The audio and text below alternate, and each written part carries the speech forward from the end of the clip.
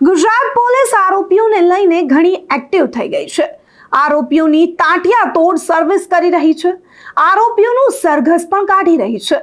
ત્યારે ગુજરાત પોલીસની એક સરાહનીય કામગીરી સામે આવે છે કે ગુજરાત પોલીસે ભાજપના કાર્યકરનું પણ સરઘસ કાઢ્યું અને તાંટિયાતોડ સર્વિસ પણ કરી। ત્યારે સવાલ એ થઈ રહ્યો છે કે શું હવે ભાજપના નેતાઓની પણ શરૂઆત થઈ ગઈ છે? શું આ ગુજરાત પોલીસ ભાજપના એ નેતાઓ જે દુષ્કર્મની ફરિયાદ સાથે જોડાયેલા છે તેમની પણ તાંટિયાતોડ સર્વિસ કરી આવી જ રીતે સરઘસ કાઢશે ખરી? નમસ્કાર, હું અમરીન અને તમે જોઈ રહ્યા છો નિર્ભય ન્યૂઝ। ગુજરાતમાં હમણાં થોડા મહિનાઓમાં દુષ્કર્મના અને છેડતીના ઘણા બધા કિસ્સાઓ આવ્યા, જેમાં ભાજપ નેતાઓનું કનેક્શન અને ભાજપ નેતાઓના નામ મોખરે જોવા મળ્યા। હર્ષ સંઘવી સાહેબ, તમારી ગુજરાત પોલીસ ખૂબ જ સારું કામ કરી રહી છે। હવે તો તમે ભાજપના કાર્યકરોની પણ બરાબરની સર્વિસ કરી નાખી। ત્યારે તમને સવાલ કરવા માંગીશ કે ગુજરાતમાં જે દુષ્કર્મના કિસ્સાઓ બન્યા તેમાં ભાજપ નેતાઓના નામ સામે આવ્યા હતા। એ ભાજપ નેતાઓનું સરઘસ અને તાંટિયાતોડ સર્વિસ ક્યારે કરાવડાવો છો? કારણ કે આ તો એક ભાજપનો નાનો કાર્યકર હતો। ભાજપના નેતાઓનો વારો ક્યારે? અને બીજો પણ સવાલ એ કે જો હવે ભાજપના નેતાઓનું નામ કોઈ પણ ભ્રષ્ટાચાર કે પછી દુષ્કર્મમાં સામે આવે છે તો શું એ ભાજપ નેતાનું પણ તમે આવી જ રીતે સરઘસ કાઢશો ખરા? શું તમે ભાજપ નેતાની પણ આવી જ રીતે તાંટિયાતોડ સર્વિસ કરાવશો ખરા? કારણ કે જસદણ જેવી મોટી ઘટનામાં પણ ભાજપ નેતાઓ જોડાયેલા હતા, સંડોવાયેલા હતા। એ પણ અત્યારે ફરી રહ્યા છે બહાર ખુલ્લેઆમ। પ્રાંતિજની ઘટનામાં પણ છેડતીની ઘટના બની હતી, તે નેતા પણ ખુલ્લેઆમ ફરી રહ્યા છે।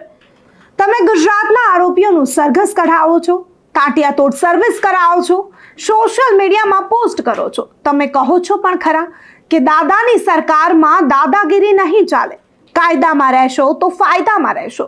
તો આ સૂત્ર તમારા ભાજપ નેતાઓને પણ સંભળાવો। સમગ્ર બનાવ શું હતો તેના પર નજર કરવા જઈએ તો ભાજપનો કાર્યકર ઉમેશ તિવારી, જે લગ્ન પ્રસંગમાં ખુલ્લેઆમ ભાજપનું ટેગ માથે લાગ્યું, પોતે ભાજપનો કાર્યકર છે, તેણે પોતે કોર્પોરેશનની ચૂંટણી લડવા માટે ટિકિટ પણ માંગેલી હતી।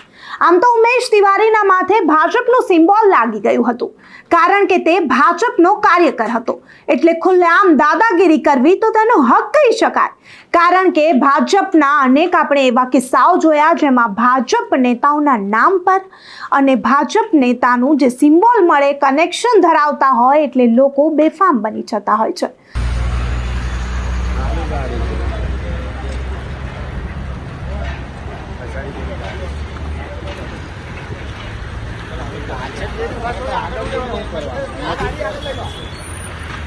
અલા જગ્યા પર જો ને કાં ચાલ્યા બધા?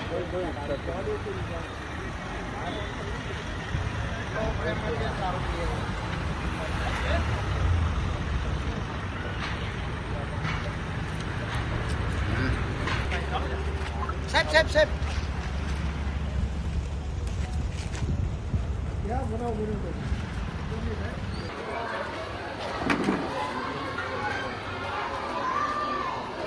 અને ખાસ કરીને અહીં સ્થાનિક વિસ્તારમાં જ્યારે લગ્ન પ્રસંગ હતો તે દરમિયાન શેકી મારવા માટે તેણે તે ઘટના સ્થળ ઉપર આરોપીને સાથે લઈ અને ગિરોલી પોલીસ હાલ પહોંચી છે અને ઘટનાનું રિકન્સ્ટ્રક્શન છે, તેના કારણે બે લોકો છે તે ઇજાગ્રસ્ત થયા હતા।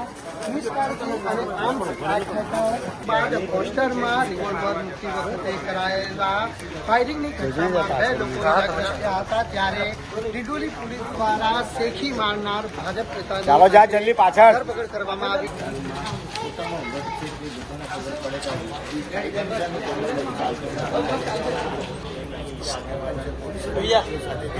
અનેક ફોટા વાયરલ થયા છે અને જે પ્રકારે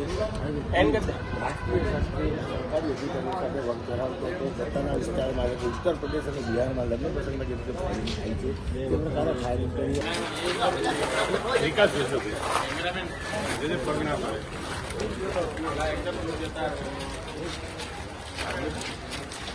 ઉમેશ તિવારી પણ એ જ વ્યક્તિમાંનો એક ગણાય છે જે રીતે ભાજપના નેતાઓના નામ પર ભાજપ નેતાનું સિમ્બોલ મળતાની સાથે લોકો બેફામ બની જાય છે.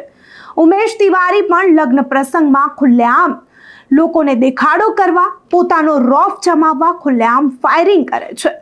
3 રાઉન્ડ ફાયરિંગ હવામાં કરે છે અને 2 રાઉન્ડ ફાયરિંગ તે જમીનમાં કરે છે. ત્યાં માણસો ઊભા હોય છે, જેમાંથી 2 લોકોને પગમાં ગોળી વાગી જાય છે. સોશિયલ મીડિયામાં તેનો વિડીયો વાયરલ થાય છે. ઉમેશ તિવારી ખુલ્લેઆમ પોતાનો રોફ ઝાડતો હોય છે. આમ પણ આ ઉમેશ તિવારી પોતાના ખીચામાં ગન લઈને ફરતો જ હોય છે. આ ગન તેની કમર ઉપર હંમેશા બાંધેલી હોય છે. અવારનવાર તે સોશિયલ મીડિયામાં ભાજપના મોટા અને કદાવર નેતાઓ સાથે ફોટો પડાવી પોસ્ટ પણ કરતો હોય છે. ભાજપ નેતાઓ સાથે તેના સારા કનેક્શન હતા, કારણ કે ભાજપ નેતાઓ સાથે તેના ફોટા પણ સોશિયલ મીડિયામાં વાયરલ થઈ રહ્યા છે. તો આ સમગ્ર ઘટના પછી ભાજપના કાર્યકર ઉમેશ તિવારીની પોલીસે બરાબરની તાંટિયા તોડ સર્વિસ પણ કરી અને ઉમેશ તિવારીનું સરઘસ પણ કાઢવામાં આવ્યું.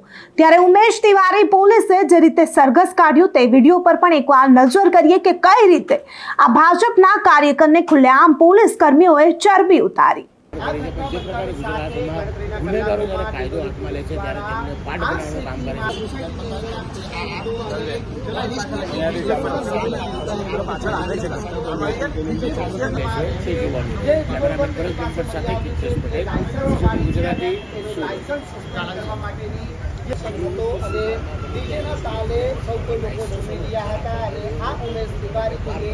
બનાવવાનું સક્રિય ફાયરિંગ કરી અને ભારે પડ્યું છે અને આ ભાજપ નેતાની શું થયું?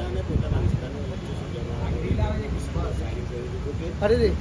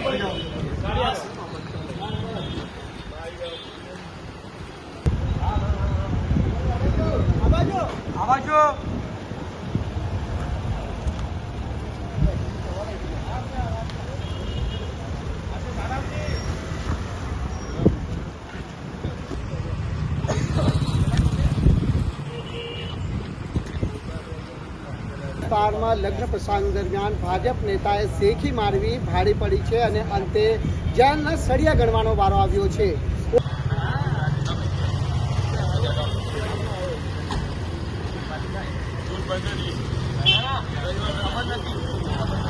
અહીં ફરીથી સવાલ એ જ કરવા માંગીશ ગુજરાત પોલીસને કે તમે તાંટિયા તોડ સર્વિસ કરો છો, સરઘસ કાઢો છો, ખૂબ જ સારી વાત છે, પરંતુ તમને યાદ એ જ વસ્તુ કરાવવા માંગીશ કે ગુજરાતમાં જે પણ દુષ્કર્મની ઘટનાઓ બની, છેડતીની ઘટનાઓ બની, તેમાં તમારા ભાજપના નેતાઓ મોખરે જોવા મળ્યા, બહાર ફરી રહ્યા છે. ભાજપના નેતાઓ અમે ગુજરાતની જનતા આશા રાખીએ કે જો ગુજરાત પોલીસ આરોપીઓને લઈને એક્ટિવ થઈ ગઈ છે તો પછી સામાન્ય માણસ આરોપી અને રાજકારણીઓમાં ફરક ના રાખે, આરોપી અને રાજકારણમાં તે ફરક ના કરે. જો રાજકારણી આરોપી છે તો તેને આરોપીની રીતે જ ટ્રીટ કરવામાં આવે, ના કે એક રાજકારણીની રીતે. કેમ ભાજપ નેતાઓ હંમેશા દુષ્કર્મ જેવા અપરાધો કરીને પણ ખુલ્લેઆમ ફરતા હોય છે? હર્ષ સંઘવી સાહેબ, તમે અવારનવાર સૂત્રો આપો છો, તમારી પોલીસના વખાણ કરો છો. ખરેખર તમારી પોલીસના વખાણ તમે ત્યારે કરજો જ્યારે કોઈ ભાજપ નેતા જે દુષ્કર્મની ફરિયાદ અથવા કોઈ મોટા ભ્રષ્ટાચારના કેસમાં સંડોવાયેલો હોય અને તમે તેનું પણ સરઘસ કાઢો અને તેની પણ તાંટિયા તોડ સર્વિસ કરાવો, કારણ કે આ તો એક ભાજપનો કાર્યકર હતો. હર્ષ સંઘવીને તમે શું કહેવા માંગશો, તથા ભાજપના કાર્યકરની અત્યારે જે રીતે પોલીસે સરઘસ કાઢ્યું તેને લઈને તમારું શું માનવું છે? શું તમે પણ માનો છો કે ભાજપના કાર્યકર એ તો અનેક લોકો હોઈ શકે, કરોડો લોકો હોઈ શકે, પરંતુ જો ખરેખર ગુજરાત પોલીસ ભાજપ નેતાનું સરઘસ કાઢે તો હર્ષ સંઘવીએ વખાણ કરવા જોઈએ. તમે શું માનો છો આ વાતને લઈને અમને કમેન્ટ કરી ચોક્કસથી જણાવજો તથા અમારી ચેનલ નિર્ભય ન્યૂઝને લાઇક, શેર અને સબસ્ક્રાઇબ કરવાનું ભૂલશો નહીં. આભાર.